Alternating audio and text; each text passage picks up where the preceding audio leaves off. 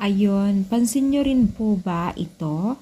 Yan ang ating pag-usapan for today's video at kung bago ka pa lang sa aking channel, please subscribe po, like, and pakit na rin po natin guys ang notification bell upang ma-update po tayo tuwing ako po nag-upload sa mga viral and trending video. Alam nyo ba guys na itong si Merit ay talagang kapansin-pansin itong kanilang nakita at which is talagang totoo.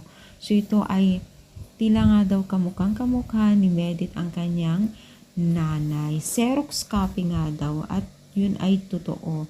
Kita nyo naman po dito, di ba? Na talagang kamukhang-kamukha na ang kanyang nanay.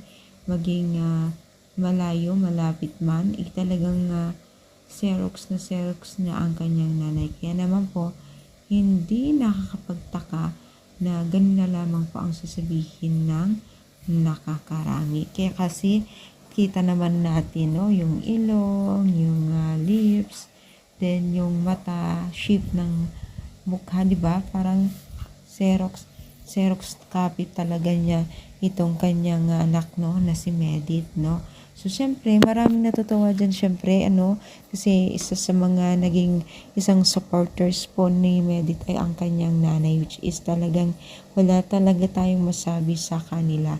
Kaya naman po, nagpapasalamat din po ang kanyang mga magulang, even si Medit, dahil nga po sa kanyang, o sa kanilang masugid na pasasalamat at masugid na pagsuporta ng ating mga taga-supporters, no?